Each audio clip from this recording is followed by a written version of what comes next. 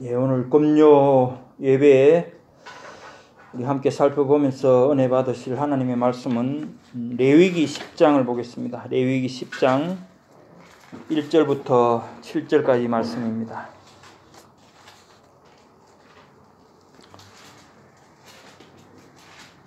구약 성경 159페이지 되겠습니다. 레위기 10장 1절에서 7절까지 말씀. 10장 레위기 10장 1절에서 7절까지 말씀.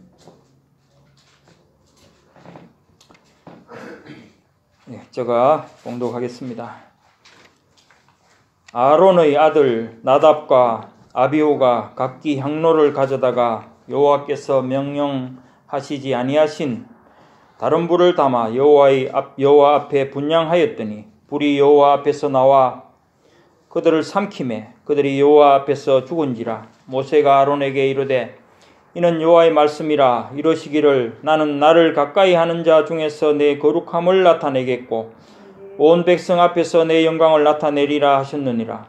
아론이 잠잠하니 모세가 아론의 삼촌 우시엘의 아들 미사엘과 엘사반을 불러 그들에게 이르되 나와 너희 형제들을 성소 앞에서 진영 밖으로 메고 나가라 하매 그들이 나와 모세가 말한 대로 그들을 옷 입은 채 진영 밖으로 메어내니 모세가 아론과 그의 아들 엘르아살과 이다말에게 이르되 너희는 머리를 풀거나 옷을 찢지 말라.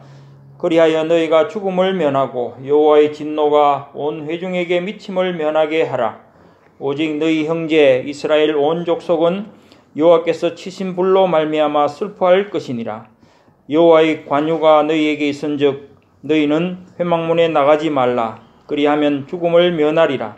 그들이 모세의 말대로 하니라. 아멘. 하나님 아버지 감사합니다. 오늘 금요일 저녁에 저희들을 주님 앞으로 부르시고 함께 말씀을 가지고 은혜 받을 수 있도록 인도하심을 감사를 드립니다. 하나님, 저희들은 우둔하고 미련하여서 하나님의 말씀을 온전히 깨달을 수가 없습니다. 이 시간에도 성령께서 이곳에 임하셔서 우리의 마음을 열어주시고 우리가 정말 귀한 생명의 말씀을 깨달아서 하나님 기뻐하시는 일들로 살아가는데 우리가 기준을 삼을 수 있도록 은혜를 베풀어 주시옵소서. 모든 영광을 주님께 돌려옵고 저희는 오직 은혜를 사모할 뿐입니다. 예수님 이름으로 기도드리옵나이다. 아멘. 예, 레위기 잘 아시겠지만은 우리 이제 90일 통독 성경 통독하시면서 얼마 전에 또 읽은 내용이기도 하죠. 레위기는 구속함을 받아 제사장 나라로 세워진 이스라엘 백성들이 어떻게 거룩하신 하나님께 가까이 나아가 섬겨야 하는지 그 방법을 안내해주는 하나님의 어떤 지침서라고 할 수 있다. 누가 그렇게 말을 했습니다. 다시 말하면 이 레위기는 사람을 하나님으로부터 분리시키는 죄를 비롯해서 여러 가지 불결하고 부정한 것들을 제거함으로 사람과 하나님 사이에 상실된 교제를 회복시키기 위한 규정들을 기록해 놓았다는 것입니다. 그래서 희생제사와 제사장 제도를 통해서 하나님께 나아가는 길을 열어놓고 백성들을 성결케 하는 그런 성결법을 정해놓은 것이라는 그런 말씀이죠. 이런 레위기의 주제를 이제 한마디로 말한다면은 우리 벌써 살펴봤겠지만은 11장 45절의 말씀이죠. 나는 너희 하나님이 되려고 너희를 애굽 땅에서 인도하여 낸 여호와라. 내가 거룩하니 너희도 거룩할지어다. 이 한마디라고 말할 수 있습니다. 그 가운데서 오늘 읽은 10장 이제 1절부터 7절까지 본문은 이제 제사장의 위임식을 막 끝마치고 처음으로 아론과 이 제사장들이 그 아들들이죠. 하나님께 제사를 드리는 그런 날이었습니다. 그러니까 지금까지는 이제 성막을 짓고 뭐 이런 과정들이 있었지만은 제사장들이 그러니까 모세가 거의 이제 이런 제사를 필요하면 그때 드리고 했는데, 이제는 이 제사장 제도를 완비함으로 해서 아론을 대제사장으로 세우고 그 아들들을 제사장으로 세우고 이렇게 이제 위임식을 마치고 처음 제사를 드리는 날이라는 그런 말이죠. 그런데 이제 오늘 말씀처럼 처음 하나님께 제사장들이 제사를 드리는 그날에 이런 사건이 일어났다는 거죠. 아론의 두 아들 나답과 아비후가 하나님의 불로 치심을 받아서 죽었다, 그렇게 되어 있죠. 그래서 이 사건이 왜 처음 정말 제사장들이 처음 드린 그런 제사 현장에서 이런 일이 일어났을까? 우리가 이것을 생각할 때 신약에도 언뜻 이런 사건을 우리가 기억할 수 있겠죠. 물론 뭐 성격이 다르다고 볼 수도 있지만은 그것이 무엇입니까? 사도행전 5장에 나오는 아나니아와 삽비라 사건이 바로 그것이라고 할 수 있습니다. 왜 이 사건들을, 그러니까 이 지금 오늘 본문의 사건과 사도행전 5장에 나오는 아나니아와 삽비라의 사건을 비교할 수 있느냐 하면은, 하나는, 그러니까 오늘 본문의 사건은 성막 제사의 첫날에 일어났고, 또 하나는 초대교회의 시작 때죠. 얼마 되지 않은 때죠. 그래서 이것이 중요한 의미를 지니고 있다고 할 수 있는데, 첫 번째 사건은 이제 성막의 거룩성을 침해하는 것에 대한 하나님의 경고를 담고 있다고 그렇게 볼 수 있는 거죠.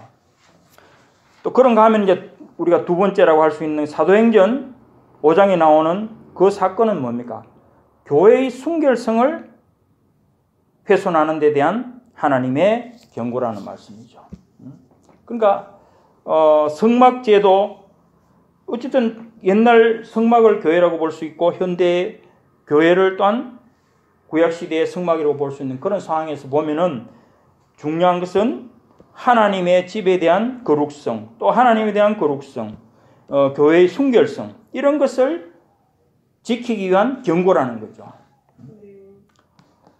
그런 의미에서 서로 어떤 통하는 그런 점이 있다, 그렇게 볼 수 있다는 거죠. 사도행전 5장 3절에 보면은 베드로가 이렇게 말을 했죠. 어찌하여 사탄이 내 마음에 가득하여 내가 성령을 속이고 땅값 얼마를 감추었느냐, 이렇게 말씀을 했고, 또 이어서 사람에게 거짓말한 것이 아니요 하나님께로다, 이렇게 말을 했습니다. 그때 아나니아가 엎드러져서 죽었다고 했습니다. 어떻게 보면 비슷하죠, 이 내용이. 그래서 하나님이 거하시는 성막에, 또는 하나님의 몸된, 주님의 몸된 교회는 세상과 구별되고 세상 일처럼 대해서는 안 된다는 것을 분명히 우리 사람들에게, 특히 하나님의 백성들에게 경고해주는 그런 의미가 있다는 거죠. 또 거기서 이제 더해서 우리가 생각해야 될 것은, 우리도, 그렇죠? 우리도 하나님의 성전된 우리잖아요, 그렇죠? 그래서 우리 자신을 속이는 것까지도 사실은 하나님을 속이는 것이 된다, 그렇게 생각해야 된다는 거죠. 그래서 우리 자신에 대해서 우리 스스로 속이는 것까지도 하나님 앞에 두려운 마음으로 우리는 삼가해야 될 그런 일이라는 거죠. 그래서 뭡니까? 구약시대 성막과 또 지금 신약시대의 교회와 또 우리 지금 성도로서의 우리의 몸, 이 모든 것에서 우리는 하나님 앞에 거룩성을 유지해야 된다는, 이제 그것이 공통된 것이고, 오늘 이 말씀 속에서 같이 생각해 봐야 될 그런 문제라고 보는 겁니다. 그래서 한순간에 아론은 아들 넷 중에서 이제 둘을 잃어버렸죠. 그리고 이스라엘로 치면은 이제 시작하자마자 제도를 시작하자마자 제사장 넷 중에서 둘을 잃고 말았다는 거죠. 이 사건은 성막을 하나님께 봉헌하고 제사장을 위임하는 영광스러운 날에 일어났습니다. 앞에 9장 24절에 보면은, 레위기 9장 24절에 보면, 그날 처음에는 제사장이 제단에 번제물을 가지고 왔을 때 여호와의 불이 나타나서 그 번제물을 태웠다고 했습니다. 이것은 하나님께서 성막과 제사를 받으셨다는 사실을 증거하는 그런 일이죠. 그것 때문에 백성들은 기뻐하고 환호를 지르면서 물론 축복과 그런 마음들을 나타냈죠. 그런데 채 그런 어떤 일들이 그 상황이 끝나기도 전에 이런 일이 일어났다는 거죠. 모든 사람이 다 즐거워하고 환호를 지르고 있는 동안 나답과 아비후는 각기 향로를 가지고 성막으로 이제 불을 피우기 위해서 갔죠. 근데 하나님께 분향하려고 성막에 나갈 때 하나님이 불이 두 번째로 이제 나타난 겁니다. 첫 번째는 아까 그 번제물을 태우는 불이 나타났고, 두 번째는 나답과 아비후를 태우는 불이 하나님부터 나왔다는 거죠. 그래서 그들은 그 자리에서 죽었습니다. 이것은 또한 하나님께서 나답과 아비후가 하려고 하던 일을 받아들이지 않았다는 그런 증거가 되는 것입니다. 그런데 어떻게 보면은 이스라엘 백성들이 하나님의 명하신 대로 성막을 만들고 이제 그 성막에서 하나님께 제사를 드릴 제사장들을 위임하고 그들을 통해서 처음으로 제사가 드려지는 뜻깊은 날에 왜 이런 끔찍한 일이 일어났을까 하는 의문이 생길 수 있습니다. 사실 이런 이제 기사들은 우리 어떤 생활에 직접적으로 어떻게 보면 뭐 관계가 안 된다고 생각할 수도 있고, 그런 부분들을 우리가 지금 종말론을 하면서 배운 이제 그걸 생각을 해야 되죠. 삼위일체론적 아니면은 성경 신학적 혹은 조직 신학적, 그러니까 구속사적인 어떤 측면, 이런 부분들을 생각해야 된다는 거죠. 그래서 이것도 이제 우리는 그냥 우리의 삶의 어떤 지표, 물론 그것도 되지만은 구속사적인 의미를 분명히 갖고 있다, 이런 것도 우리는 이제 생각을 해봐야 된다는 겁니다. 그래서 처음 드리는 제사이기 때문에 잘못해서 다른 불을 가져올 수도 있을 법한 일이라는 거죠. 우리 생각에는 그렇지 않습니까? 한 번도 해보지 않은 것이니까 잘못해서 뭐 다른 불을 가져온다든지 이제 그렇게 할 수도 있는데, 하나님은 그런 어떤 여유가 전혀 없으셨다는 거죠. 하나님은 그들을 용서하지 않으시고 죽음으로 다스린 것은 어떻게 보면 우리 생각에는 너무 심하다, 하나님께서 그렇게 엄하게 꼭 하셔야 되는가 하고 생각이 들 수도 있지만은, 그러나 이제 우리에게 그것을 경고로 주신 이유를 이제 살펴봐야 되는 이유가 이제 되는 거죠. 그래서 사실 본문은 구약시대의 제사에 관한 의식법이고, 이 의식법은 본체이신 예수님이 단번에 이루신 그 십자가 희생으로서 성취를 하셨기 때문에 오늘날에는 사실상 이 희생제사가 필요 없는 거지요. 그래서 우리에게는 이 뭐 희생제사 부분이니까 우리하고는 아무 상관이 없다, 이렇게 말할 수도 있다는 거죠. 그러나 예수님께서 마태복음 5장 18절에서 말씀하신 것이 무엇입니까? 율법의 1.1핵이라도 반드시 없어지지 아니하고 다 이루리라고 말씀하셨습니다.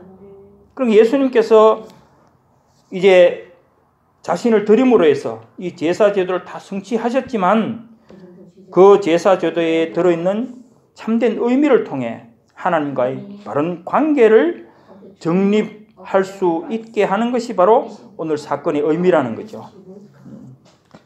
결국 우리가 이 제사 제도라든지 또 예수님이 중보자로서 우리와의 관계에서 하나님과 사이에서 하시는 일은 결국 하나님과 우리가 바른 관계를 가질 수 있도록 하는 역할이 되겠죠. 어떤 의미에서는 이제 그것을 말한다는 거죠. 그래서 본문은 우리에게 무엇을 가르칠 수 있는 것일까? 그 대답은 하나님 자신이 성막, 곧 성소를 이스라엘 백성을 위한 가르침의 도구로 사용하셨다는 겁니다. 성막은 하나님이 이스라엘 백성 가운데 계시기 위해서 지으라고 말씀을 또 하시기도 하셨지만은, 그 성막을 통해서 이스라엘 백성들에게 가르침을 주신다는 그 말입니다. 그래서 이 하나님께서 명령하신 성막에서의 제사는 이스라엘 백성에게 수세기 동안에 걸친 긴 교훈이었습니다. 즉 하나님께서는 그 성막을 통해 그의 백성이 어떻게 하나님과 교제할 수 있는지를 가르치려고 하신 것이라는 말입니다. 그래서 오늘 우리도 본문을 가지고 하나님과의 만남에 대해서 이제 우리가 살펴보면서 우리가 어떻게 하나님 앞에 나아가는 것이 올바른 것인가, 또 하나님과의 교제라는 것이 결국 우리가 기도를 통해서 이루어진다고 볼 때 우리는 어떻게 기도를 해야 될 것인가, 이제 이런 것을 한번 살펴보자는 것이죠. 자, 첫째로 우리는 하나님은 왜 이렇게 무슨 심판을 내리셨는가? 왜 나답과 아비후가 하나님께서 명하지 않은 불을 들임으로 해서 실수를 했는데 하나님께서는 그렇게 단번에 죽이심으로 심판을 하셨는가, 그거죠. 그래서 나답과 아비후는 사실 다른 신에게 우상에게 드린 것이 아니고 바로 하나님께 봉사하고 하나님께 영광 돌리고자 했던 일인데 왜 하나님께서는 이렇게 파괴적으로 반응을 하셨을까? 그렇잖아요. 우리가 다른 의미를 찾을 수가 없는데 하나님 앞에서 하나님께 드리기 위한 불을 드렸는데 왜 하나님께서는 이렇게 죽이기까지 하셨는가, 그 말이죠. 그래서 조금만 잘못해도 그러니까 조금 잘못했고 어떻게 보면 첫 번이니까 실수를 했다고도 볼 수 있다면은 그 정성을 우리가 가상히 여겨서 그냥 넘어가실 수도 있는 것이 아닌가, 그렇게 생각할 수도 있다는 거죠. 그런데 왜 그렇게 반응하셨는지 그 대답은 간단하다는 겁니다. 그것은 바로 무엇이겠습니까? 하나님이 명령하신 대로 행치 않았기 때문에 그렇다는 거죠. 자, 1절에 그 답이 있죠. 1절에 보면 하반절에 보면 여호와께서 명령하시지 아니하신 다른 불을 담아 여호와 앞에 분향하였더니 이렇게 되어 있습니다. 자, 그거는 이제 명백하게 그렇게 나와 있고 그것이 왜 그러면 위반되는지 그 앞에 우리 9장 7절에 보면 이런 말씀이 있죠. 9장 7절에 보면 모세가 또 아론에게 이르되 너는 계단에 나아가 내 속죄제와 내 번제를 드려서 너를 위하여 백성을 위하여 속죄하고 또 백성의 예물을 드려서 그들을 위하여 속죄하되 여호와의 명령대로 하라, 이렇게 분명히 되어 있습니다. 그래서 모든 절차가 하나님께서 시키는 대로 해야 되는 것이지 그것을 자기 임의대로 변경하면 안 된다는 말씀이죠. 그래서 사람들은 하나님을 자기들이 좋아하는 대로 형상화하고 자기가 좋은 대로, 좋은 방식대로 믿으려 하는 경향이 있다는 겁니다.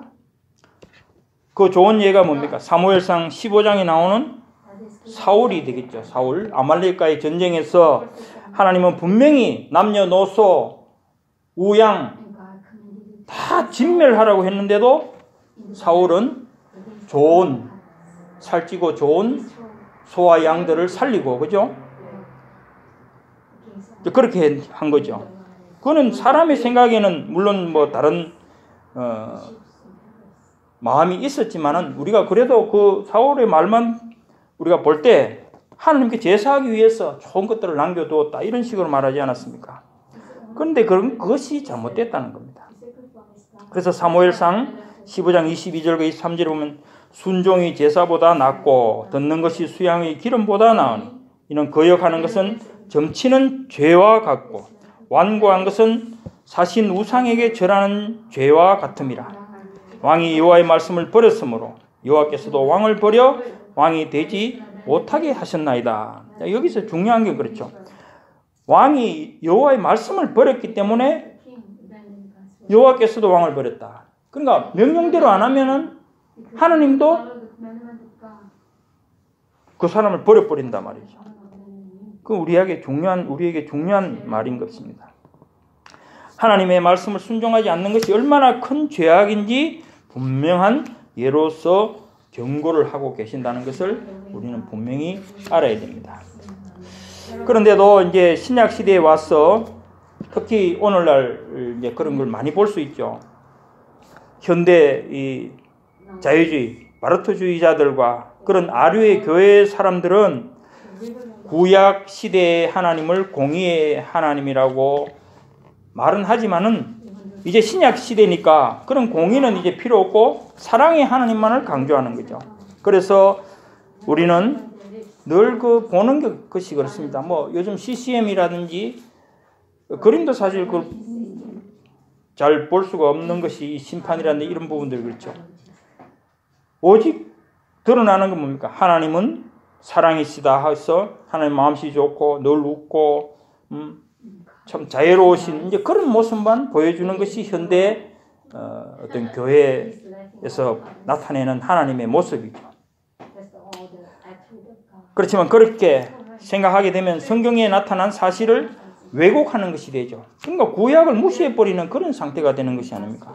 공의의 하나님은 죄악을 미워하신다고 성경에 기록한 것을 무용지물로 만들어버리는 그런 것이 될 수 있다는 거죠. 그러니까 죄의 관념에 대해서 어떻게 보면은 무뎌지게 한다. 마음이 강팍해진다는 그런 개념보다도 죄에 대해서 관념을 하지 못하도록 이 마음이 굳어진다는 거죠. 그런 지경으로 만들어버린다는 것이죠. 쉽게 말하면 뭐 간단하게 죄를 아주 심상하게 그냥 간단하게 생각하기 때문에 뭐 죄는 용서받으면 되지 이래 해버리는 거다. 죄는 용서받으면 되지 하고 간단하게 생각하게 되고 죄의 심각성을 무시하고 자기 마음대로 살게 하는 그런 악한 영향을 끼치게 되는 것입니다. 하나님은 세상의 죄악을 미워하시되 세상을 홍수로 다 멸망시키기까지 미워하신다고 우리는 보았습니다. 노아와 그의 가족 8명 외에는 모든 사람들이 다 죽임을 당했지 않습니까? 이것이 죄에 대한 종말론적 심판을 보게 하는 역사적 사실이라는 것을 우리는 잊어버린다는 거죠. 이와 같은 사실이 이 세상 끝날에 또다시 일어날 것이라는 것을 우리에게 보여주는 바로 구속적 심판. 그것이 우리 심판 종말론에 배웠지 않습니까? 노아의 심판이 바로 그런 것이다. 근데 그것을 현대주의 그걸 거의 무시해 버린다는 거죠. 하나님은 사랑이기 때문에 그런 거 아무 상관없다. 하나님 앞에 나오기만 하고 맡기기만 하면 된다. 그런 식으로 말해버린다는 거죠. 그래서 베드로후서 3장 10절에는 그날에는 하늘이 큰 소리로 떠나가고 체질이 뜨거운 불에 풀어지고 땅과 그 중에 있는 모든 일이 드러나리로다. 모든 사람들이 하나님 앞에서 그 행위대로 심판을 받는 것입니다. 예수님의 구속을 받은 사람은 상급 심판을 받을 것이고 그렇지 않은 불신자는 마땅히 정죄되고 영벌의 심판을 받게 될 것입니다. 그런데 죄악을 미워하는 하나님께서는 성막에 거하시기를 원했습니다. 그러니까 구약시대의 성막을 짓고 제사들을 만드는 것은 하나님께서 출애굽기 25장 8절에서 그렇게 말씀했습니다. 내가 그들 중에 거할 성소를 그들을 시켜 나를 위하여 짓되 이렇게 말씀을 하셨습니다. 그러니까 이스라엘 백성들 가운데 하나님이 계시겠다는 의미가 있다는 거죠. 그러면 우리는 이제 생각할 때 거룩하신 하나님이 어떻게 죄인인 이 사람들 가운데 이스라엘 백성이라 할지라도 죄인이지 않습니까? 그 죄인들 가운데 어떻게 함께 계실 수 있다는 말인가? 이제 그것이 우리의 의문이 되죠. 그렇기 때문에 하나님은 이 거룩하게 되는 것을 가르쳐 주신 것이 바로 이 레위기라는 거죠. 하나님은 번제를 명하시고 또 그 외에 여러 가지 속죄제나 또 속건제나 뭐 제사에 대한 규칙을 주셨죠. 그리고 또 제사장을 세워서 그 제사를 드리게 하고 그리고 제사장 외에는 그 누구도 성막에 들어갈 수 없다고 말씀을 하시고 이런 모든 제도나 절차, 의식법이라는 것이 이제 하나님이 그 성막에 계신다고 할 때, 이스라엘 가운데 계신다고 할 때, 이 죄인과 거룩하신 하나님과의 구별이 반드시 필요한 것이죠. 아무나 와서 성막에 들어가고 더러운 몸으로 하고 이것이 안 된다는 거죠. 다 죽게 되는 거죠. 그러면 오히려 출애굽기 우리 보면은 하나님께서 분명히 그런 부분들을 말씀을 하고 계십니다. 그래서 하루에 2번 번제를 들은 후에 제사장 한 사람씩만 성막에 들어갈 수 있게 명하셨던 것입니다. 이 경우 외에도 누구도 성막에 들어가는 것이 허락되지 않았습니다. 이런 규칙을 통하여 하나님은 죄인인 이스라엘 백성이 그냥 하나님께 나아갈 수 없다는 것을 알려주시는 것입니다. 그래서 이 거룩성이라는 것을 하나님께서는 이 인간들, 피조물된 어떤 죄인들과의 구분. 그러나 구분된다고 해서 이제 그러면 교제가 끊어진 상태에서 그것을 교제를 잇는 방법이 이제 제사장을 세우셨다는 그런 말씀이죠. 그래서 좀 더 구체적으로 두 제사장 나답과 아비후의 죄악이 무엇이었는지 이제 알 수가 있을 것입니다. 그 사람들은 자신들이 제사장이기 때문에 하나님께 문제없이 그냥 나갈 수 있는 줄로 생각했다는 거죠.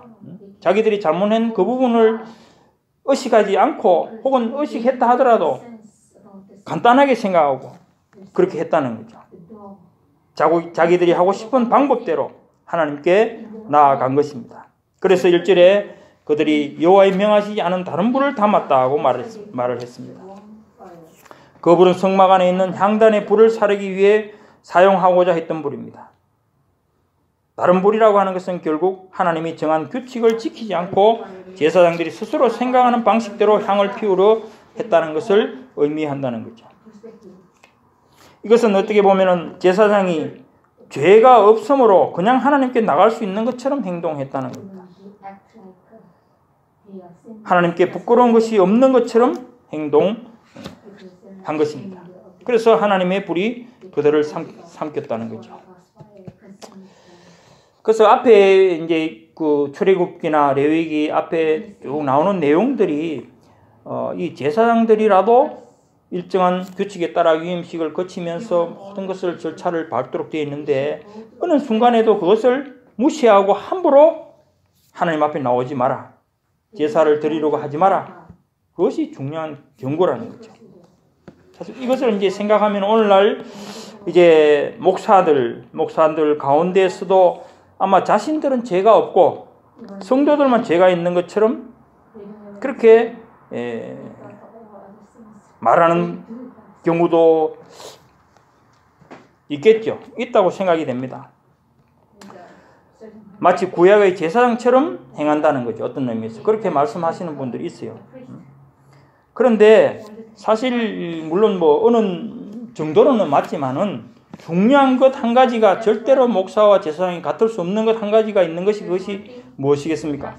그것은 바로 목사는 성도를 위해서 죄를 대속하는 그런 부분에 전면 역할을 할 수가 없다는 거죠. 물론 기도는 해주지만은 할 수 있고, 근데 그것이 옛날 제사장이 하던 제사 제도를 통해서 백성들의 죄를 속하게 하는 그런 일을 하는 것과는 다른 거죠. 중보 기도라는 것은 뭐 아무나 할 수 있는 부분이니까. 그래서 그런 것을 무시하고 마치 목사와 제사장이 같은 것이라고 이렇게 말을 하기에는 너무나 어떻게 보면 자기 합리화적인 그런 표현이라고 볼 수 있겠죠. 더더욱이 어떻게 보니까 그래도 이 개신교에서는 그렇게라도 분간을 하고 그래도 그렇게 안 되도록 하는 것이 어떤 제도적인 그런 것이지만은 로마 교회, 로마 천주교에서는 이 신부들은 당연히 그런 일을 할 수 있다고 제도를 만들고 지금도 그렇게 하고 있는 거죠. 죄를 용서하는 권한이 신부들에게 있다고. 그런데 그것이 우리가 늘 말하지만은 자기 죄도 처리할 수 없는 사람이 어떻게 남의 죄를 용서해 준 그런 역할을 할 수 있다고 말할 수 있겠습니까? 그것은 말이 안 되는 거죠. 자, 그래서 이 제사장들의 죽음에 대하여 또 한 가지 이제 이유를 본다면은 레위기 10장 3절에 오늘 말씀 가운데서 이렇게 말씀을 하고 있습니다. 이는 여호와의 말씀이라. 이러시기를 나는 나를 가까이 하는 자 중에서 내 거룩함을 나타내겠고 온 백성 가운데에서 내 영광을 나타내리라. 이런 말씀이 있죠. 그 옛날 성경에 보면은 내 영광을 내 거룩함을 얻겠고 또 내 영광을 나타내리라 이렇게 되어 있는데 이 개역 개정에는 이게 바뀌었어요. 반대적인 의미로 얻겠고 되어 있고 전에 성경은 나타내겠고 나타내리라 이래 되어 있는데 뭐 우리가 이해는 하지만은 번역에 따라서 또 달리 해석될 수도 있다는 걸 여기서도 볼 수 있습니다. 그래서 어쨌든 이거 RSV는 보면은 이렇게 되어 있습니다. 내 거룩함은 나타내고 영광은 내가 얻을 것이다. 스스로 영광을 내가 받겠다. 이런 표현이 RSV가 오히려 적절한 것 같아요. 그래서 어쨌든 하나님께서는 그 거룩함을 나타내는 데 있어서 방해가 되는 일에 대해서는 용서하지 못한다는 그런 말씀이죠. 즉 죄를 미워하시는 그 말씀은 변할 수 없는 하나님의 어떤 속성 가운데 들어있는 것이니까 그 부분을 침해하는 경우는 안 된다는 겁니다. 그것이 오늘 이제 첫 번째 우리가 알아보는 중요한 내용입니다. 그래서 제사장은 하나님께 가까이 하는 자라고 말할 수도 있겠죠. 그래서 그는 하나님께 번제를 드릴 수 있고 또 하나님의 성막에 들어갈 수도 있습니다. 그렇지만 제사장도 역시 죄인이기 때문에 하나님께 나아갈 때는 하나님께서 주신 그 규칙대로 순종하며 나아가야 되는 것입니다. 그들이 이렇게 하지 않았을 때 하나님은 그런 제사를 받지 않으신다는 것을 보여주신 것입니다. 그런데 만일 제사장이 자기가 원하는 방식대로 하나님께 갈 수 있다고 한다면 이스라엘 백성들 역시 자기들이 원하는 대로 하나님께 갈 수 있다고 했을 것입니다. 그렇기 때문에 하나님은 그런 일을 막기 위해서도 하나님은 그들을 치셨던 것입니다. 그런데 실제로 이와 비슷한 것이 이제 어떤 사건입니까? 고라와 다단과 아비람의 사건이죠. 그들은 모세나 아론을 시기 질투해서 너희만 거룩하냐? 나도 그렇게 거룩하다. 나도 그 일을 할 수 있다. 너희만 제사장이냐? 나도 할 수 있다. 이런 식으로 반역을 일으킨 거죠. 사실은. 그러니까 그 말이 그 말입니다. 아무나 그렇게 못한다고 하나님께서는 분명히 못을 받고 그렇게 규칙을 정하셨는데 이 고라와 다단과 아비람 이 족속들은 너희도 거룩하지만 나도 거룩하고 같은 위치에서는 왜 너희들이 우리보다 높은 지위에 있는 것처럼 하느냐 이렇게 이제 반역을 했을 때 하나님께서는 어떻게 하셨습니까? 하나님께서는 이 고라와 다단과 아비람을 그 족속들을 다 멸하신 것입니다. 민수기 16장에 보면 나오죠. 땅이 갈라지고 그들을 삼키는 그런 일로 그 사람들이 다 죽은 것을 우리는 알 수가 있습니다. 그래서 이런 이제 부분들은 오늘날 교회들이 드리는 예배 형식과도 어떻게 보면 우리가 생각해 볼 점이 있다는 거죠. 중요한 것은 그 이제 절차, 형식도 우리가 절대적으로 우리 임의대로 하는 것이 하나님께는 두려운 일이라는 거죠. 그래서 오늘날 이제 우리가 흔히 말하는 그 열린 예배라는 것, 그렇잖아요. 열린 예배라는 그런 예배가 지금 사실 현대적으로는 많이 이 변형이 되어 있어서 우리가 사실 뻔히 알고 있지만은 그런 예배에 대해서 어떻게 이제 우리는 생각해야 될 거냐 한번 생각을 해볼 수 있는 거죠. 이것을 제가 찾아보니까 생명의 말씀사에서 나온 교회 용어 사전에 보면은 열린 예배에 대해서 이렇게 설명을 하고 있습니다. 열린 예배는 복음 전파를 위한 선교의 방편으로 시도된 것이다. 이 과정에서 열린 예배는 찬양식 안무와 율동을 겸한 교회 음악, 전통 가락의 수용, 드라마나 대중 매체를 이용한 예배에 대한 총칭이 되었다.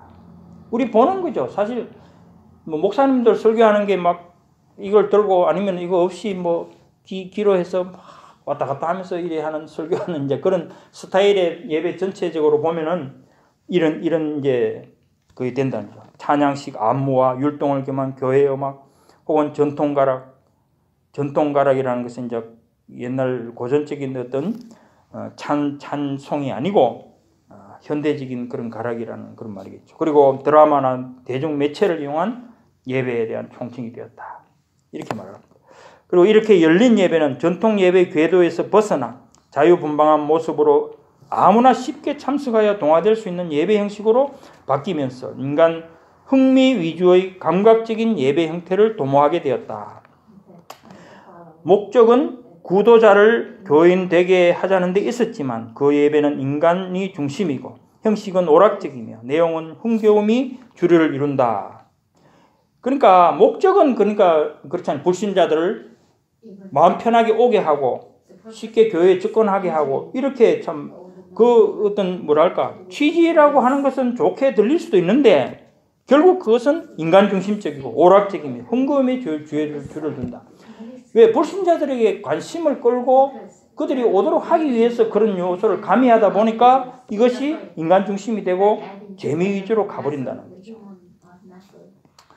그러기에 열린 예배는 하나님께 대한 바른 예배라고 볼 수 없다. 왜냐하면 예배는 구속 사건 안에 나타난 하나님의 사랑과 은혜에 대한 응답이기 때문이다. 하나님과 우리 신자들 간의 어떤 그 교제이며 응답으로서의 예배이지 불신자들을 위해서 예배가 드려지는 것 자체가 잘못된 것이라는 그런 말이죠. 그래서 오늘 말씀이 이제 결국 이런 현대적으로는 이것을 우리가 생각하게 한다는 거죠. 한마디로 열린 예배 또는 그와 같은 방식의 예배는 하나님께 대한 온전한 예배가 아니고 인간 중심의 잘못된 예배이다라고 말할 수 있는 것입니다. 이 나답과 아비후의 죽음 이후에 이스라엘 백성들은 하나님께 나아가는 것이 얼마나 두렵고 떨리는 일인지 잘 알게 되었을 것입니다. 하나님께서 주신 규칙, 곧 말씀 위에는 안전하게 하나님께 갈 수 있는 길이 없다는 거죠. 하나님은 바로 그 점을 성막제사의 첫날부터 가르치셨던 것입니다. 그래서 칼빈은 오늘 본문 1절 사건에 대해서 이렇게 말을 했습니다. 이것은 신앙의 순수성을 타락시키는 죄악을 하나님께서 얼마나 크게 정오하시는가 하는 점을 드러내 보여주는 특이한 사건이다. 하나님의 거룩성, 교회의 존엄, 그리고 성도의 순결성을 해치는 일이 얼마나 하나님 앞에 보시기에 죄악된 일인가를 보여주는 것이라는 거죠. 그것이 단순한 일이 아니라는 겁니다. 신약시대에 그러니까 처음 그러니까 5장 사도행전 5장에 나오는 사건이 바로 그 아나니아와 삽비라 사건 아닙니까? 그 정도로 교회 처음부터 그렇게 성령을 속이고 교회 순결성 그러니까 그 속인다는 것 자체가 교회의 순결성을 파괴하는 일이라는 거죠. 그런 일이 처음부터 그것을 방지하기 위해서 그런 일을 하셨다는 거죠. 그와 마찬가지라는 겁니다. 그래서 하나님의 거룩성을 무시하고 신앙의 순수성을 훼손시키는 인간의 어떠한 자의적 행위도 하나님의 진노를 면치 못한다는 것을 분명히 알아야 된다는 겁니다. 자, 그리고 이제 두 번째, 그러면 우리는 어떻게 하나님께 나아가야 하겠습니까? 자, 두 번째로 이제 생각하는 것이 어떻게 그러면 하나님께 우리가 나아갈 수 있는가? 히브리서 9장 11절과 12절에 보면은 그리스도께서 장래 좋은 일의 대제사장으로 오사 손으로 짓지 아니한 것, 곧 이 창조에 속하지 아니한 더 크고 온전한 장막으로 말미암아 염소와 송아지의 피로 아니하고 오직 자기의 피로 영원한 속죄를 이루사 단번에 성소에 들어가셨느니라 하고 있습니다. 자, 앞에는 우리가 이제 이 제사제도라는 것이 결국 장차 오실 예수님의 그 희생 제사의 어떤 그림자, 그죠? 예표로서의 의미를 가졌다면 이 히브리서 말씀하시는 것은 바로 본체이신 예수님이 이 땅에 오셔서 그 일을 이루어내셨다는 거죠, 그죠? 그리고 천국까지 올라가셔서 이제는 천국의 참 성소죠. 거기 계신다는 것을 지금 말씀을 하고 있는 거죠. 그래서 이 말씀을 통해 우리는 예수님이 참된 제사장으로서 하나님께 나아가신 것을 알 수 있는 것입니다. 물론 여기서 히브리서 기자는 예수님이 살아나신 후, 그러니까 부활하신 후 승천하신 것을 말씀하고 있습니다. 그때 예수님은 온전한 장막, 곧 천국으로 가신 것입니다. 구약에 나타나는 제물은 예수님이 자신을 드리신 제물의 예표였습니다. 구약에서 제사장이 안전하게 하나님께 나아가는 것은 예수님이 안전하게 하나님께 나아가는 것의 예표였습니다. 그러니까 제사장들이 하나님 앞에 나가서 제사를 드리고 그렇게 할 수 있었던 것은 바로 예수님이 천국에 그렇게 올라가시는 것과 같은 그런 예표라는 거죠. 그래서 우리는 이제 안전하게 하나님께 나아가는 방법을 알게 되었는데 그것은 바로 대제사장 대신 예수님을 통해서만이 우리는 유일하고도 안전하게 하나님께 나아가는 길을 찾았다는 것입니다. 그래서 예수님께서는 내가 곧 길이요 라고 말씀을 하신 것입니다. 우리가 예수님께서 만든 길로 하나님께 가면 하나님의 불로 멸망받지 않을 것입니다. 예수님 안에서만 우리는 안전하게 하나님께 나아갈 수가 있습니다. 우리는 또 기도할 때에도 이 같은 방법으로만 기도해야 됩니다. 우상 앞에 나가지 않고 하나님께만 기도해야 된다는 것을 우리는 확실하게 알고 있습니다. 그렇지만 이렇게 단순히 하나님께 가서 기도하는 것만으로는 충분하지가 않습니다.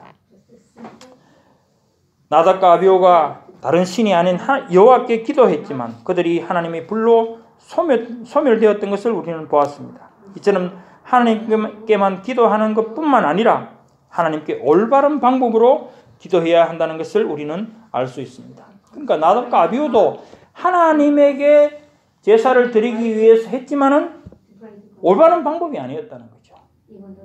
거기서 잘못되었다는 겁니다.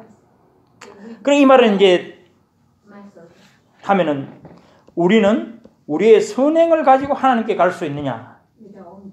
그게 나오는 겁니다.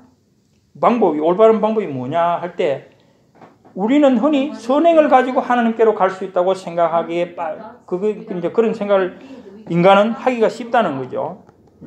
우리가 기도할 때 바리새인이 하는 것처럼 여호와 하나님이시여 우리가 하나님을 위해서 이렇게 열심히 좋은 일을 많이 했사오니 우리 기도를 들어주소서. 그게 가능하겠느냐는 거죠. 응답되겠느냐는 거죠. 또한 하나님을 섬기고 싶은 열심만으로 하나님께 나아갈 수 있겠느냐 하는 것입니다. 나답과 아비후는 큰 열심으로 하나님께 나아갔지만 하나님이 불로 죽임을 당한 것이 아닙니까? 그러므로 하나님께 기도할 때에는 우리 자신이 죄인이란 사실을 잊지 말아야 한다는 거죠.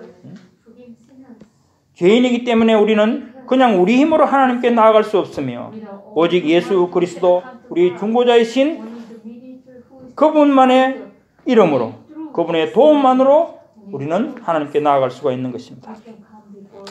로마 천주교인들은 이것에 대해서 좋은 방법을 찾았다고 스스로 생각을 합니다. 즉 어떤 성인, 그러니까 성인이라는 성인이 많잖아요. 특히 뭐 예수의 어머니, 육의 어머니 마리아 이름으로 기도한다든지 혹은 여러 성인들 이름으로 기도하면은 그들이 도움을 받을 수 있다. 그렇게 말을 한다는 거죠. 사실 그것이 우리는 전혀 가능하지 않다고 하는데 로마 천주교에서는 그것을 가능하다고 말을 하고 있는 것입니다. 그러니 참 우리는 안타깝지만은 전혀 그것은 잘못된 것이라는 것을 우리는 분명히 알아야 된다는 거죠. 하나님께 나아가는 방법은 하나밖에 없습니다. 그것은 구약에서 성소에 들어가는 것에 잘 예포되어 있습니다. 하나님께 나아가는 방법은 예수님에 의해서만 만들어졌다는 것입니다. 우리는 대제사장이신 예수 그리스도 안에서만 하나님께 나아가고 기도할 수 있습니다. 이 방법 외에는 안전하게 하나님께로 나아가든지 기도할 방법이 없는 것입니다. 바로 이것이 우리가 기도할 때 예수님의 이름으로 기도한다고 하는 이유이기도 한 것입니다. 우리는 이 말씀을 기도할 때마다 사용하기 때문에 그렇죠. 우리는 기도할 때마다 하면서도 어떻게 보면은 왜 하는지 그냥 끝말로 그냥 뭐 관례적으로 하는 것인가 그렇게 생각할 수도 있다는 거죠. 물론 의미는 우리 다 알지만.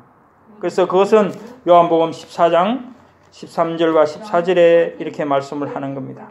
너희가 내 이름으로 무엇을 구하든지 내가 행하리니 이는 아버지로 하여금 아들로 말미암아 영광을 받으시게 하려 함이라. 내 이름으로 무엇이든지 내게 구하면 내가 행하리라.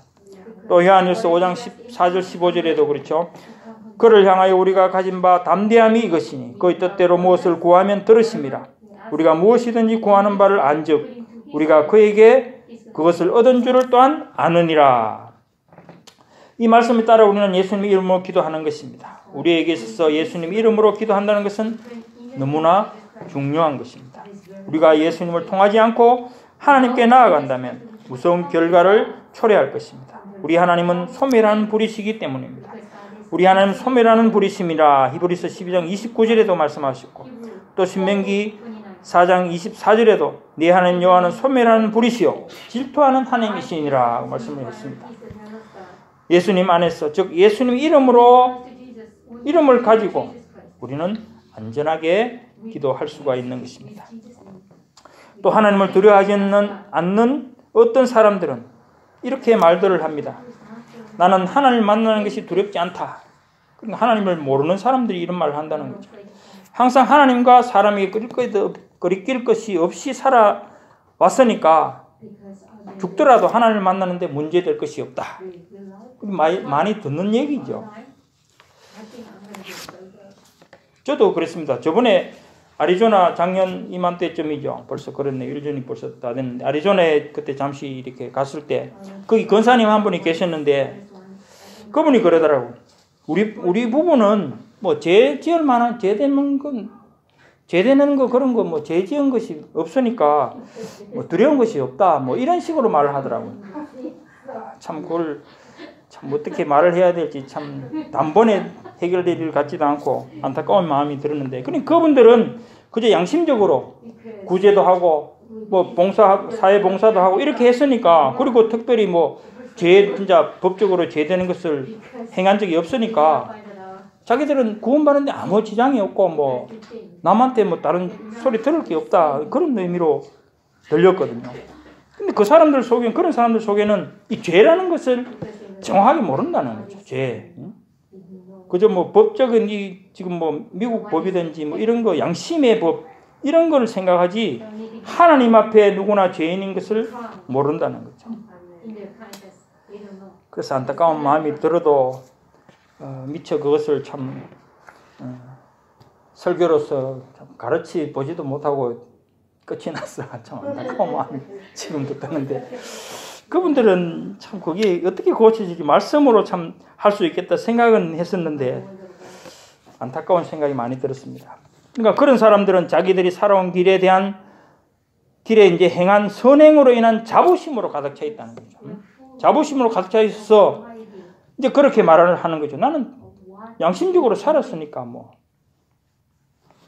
그러니까 그렇게 생각하는 거예요. 그런 자랑스러운 선행을 가지고 하나님 앞에 나아간다면 하나님께서는 마지막 날 심판하실 때 그들의 선행도 역시 말씀 앞에서 아마 정리하게 되실 것이라고 우리는 믿는 것입니다.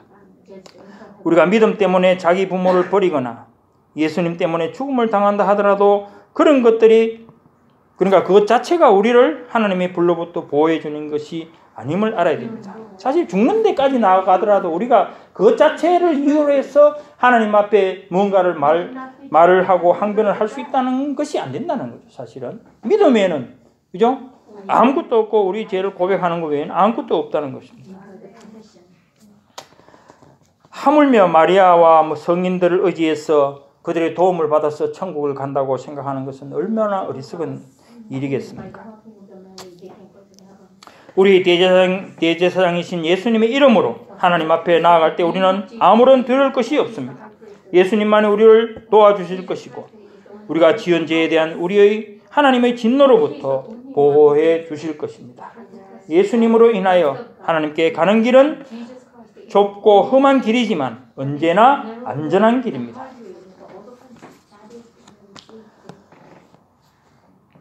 오늘 우리는 3500년 전에 이스라엘에서 일어난 제사장 나답과 아비후의 죽음을 통해 우리의 참된 대제사장이신 예수님을 바라보았습니다. 하나님이 명하시지 않은 다른 불을 담아 여호와 앞에 분향하려 한 두 제사장은 하나님의 진노의 불을 받아 죽었습니다. 하나님께는 우리 인간이 가진 어떠한 다른 불, 인위적이고 또한 자기 의에 빠진 그런 선행들, 이런 형식과 절차를 따라서 하나님 앞에 나아갈 수 없다는 것을 잘 알아야 되는 것입니다. 우리 생각에는 더 좋아 보이고 더 크게 보이고 더 비싸게 보이는 것이라 할지라도 우리 자의로 생각하는 것과 또한 우리의 의를 스스로 만들려 하는 것이라고 한다면 하나님의 진노를 살 뿐이라는 것을 알아야 한다는 것입니다.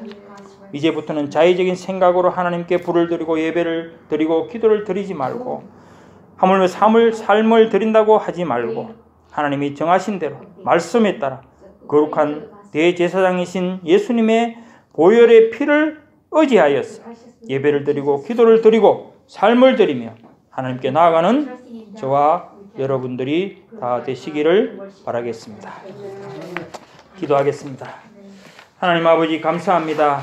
오늘 금요일 저녁에 하나님 말씀을 가지고 저희들이 살펴보았습니다. 나답과 아비후처럼 그 뜻과 아버지 그 기상은 좋았지만 그러나 하나님께서 명하지 않은 방법으로 불을 들임으로 인해서 하나님의 진노를 사고 죽음을 당했다는 것을 우리는 보았습니다. 하나님, 우리도 정말 믿음 생활을 한다고 하면서 아버지 말씀을 모르고 또 말씀대로 순종하지 아니하면서 하나님 앞에 나아가려고 하는 것은 아닌지 정말 우리를 살피게 하시고 정말 말씀을 깨닫고 말씀 속에서 하나님이 원하시는 바를 찾아갈 수 있도록 성령께서 인도해 주심을 바라고 저희는 간절히 소망합니다.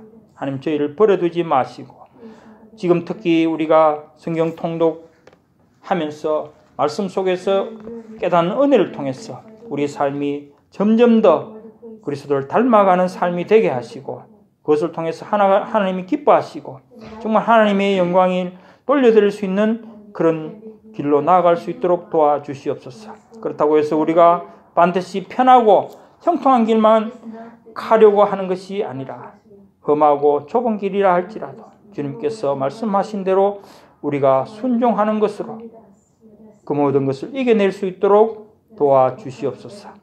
감사를 드리옵고 예수님 이름으로 기도드리옵나이다. 아멘.